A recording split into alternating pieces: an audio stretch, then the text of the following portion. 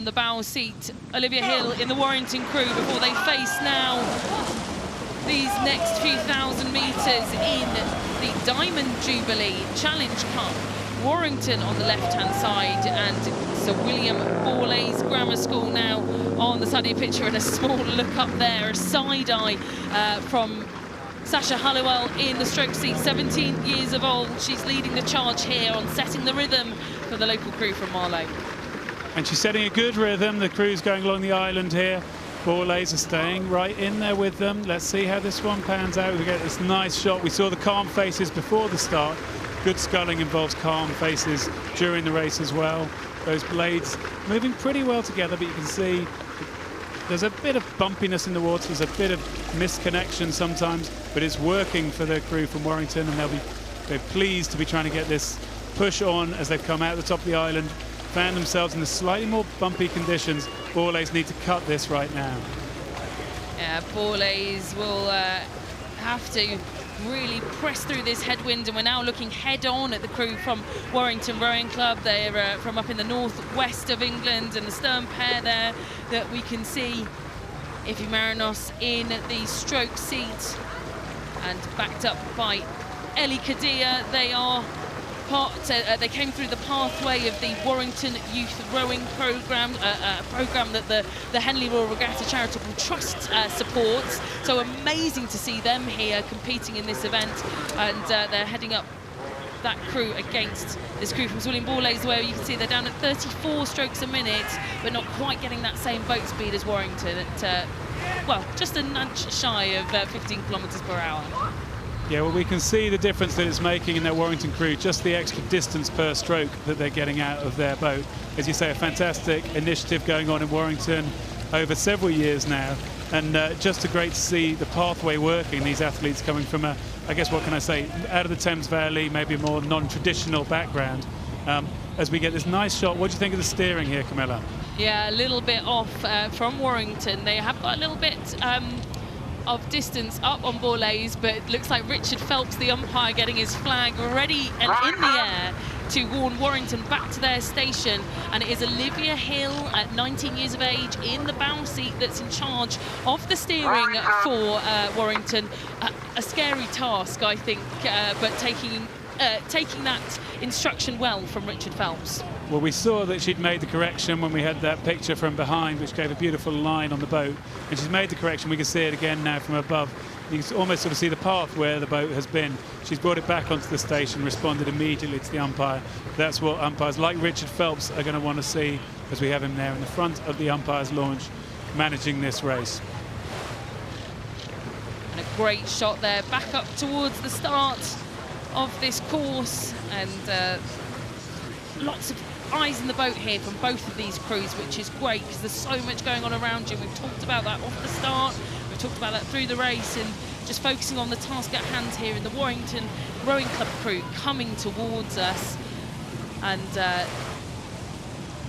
they've got a really good margin here over Sir William Borlase Grammar School, especially given it's a lot of their first Henley Royal Regattas. We mentioned Ify Marinos in the stroke seat, who came through that Warrington Youth Rowing Programme. She's actually off to Tulsa University next year on a scholarship over to the USA.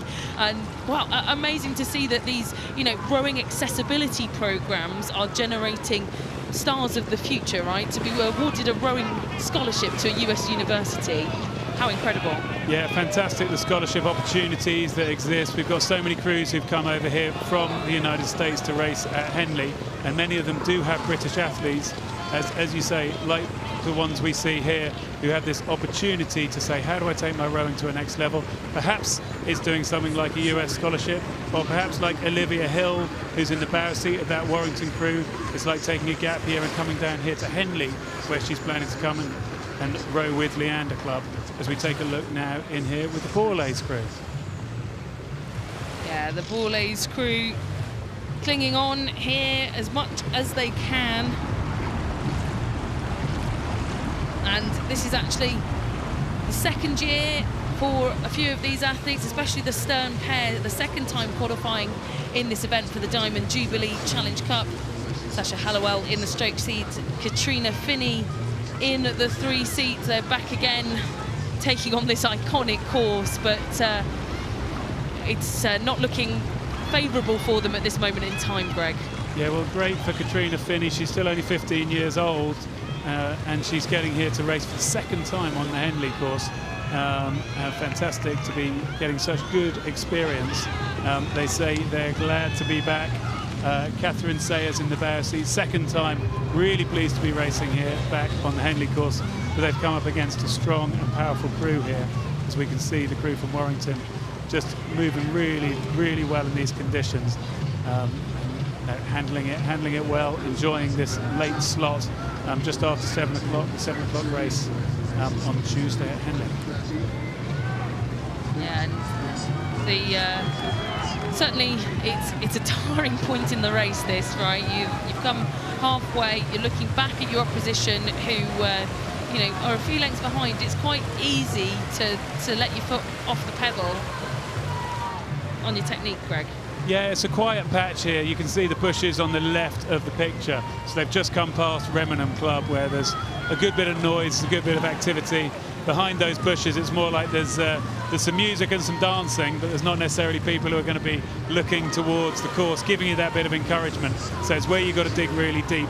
And got to say, this Borlase crew are doing that. They're hanging in here really well, and just hoping that something may happen within the Warrington crew. Sasha Halliwell, we saw her in the stroke seat there, keeping the crew going, keeping the rate up.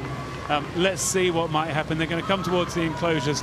Can they find some boost?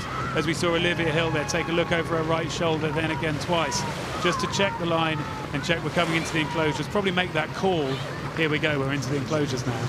And you can see the bow ball there as we look down the boat, that little thing on the end of the boat, just going left, nudging left a little bit, nudging left. She's obviously adjusting the steering to bring her further towards the centre of the course.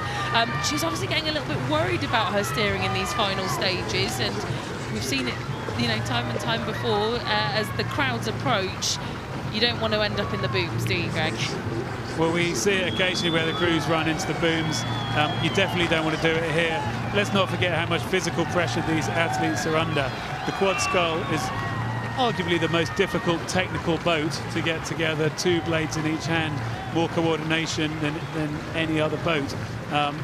So they've got that technical difficulty. They've got it in a headwind like this, so it's physically going to be demanding.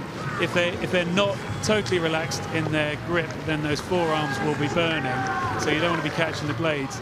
And then with all of that going on, yeah, you want to be working hard and smart enough to keep the boat in the right position on the course for the one of them who's steering it. So much composure from both of these crews. I must say, I've been so impressed with their levels of composure down the course, especially for these first-timers littered amongst the Warrington crew.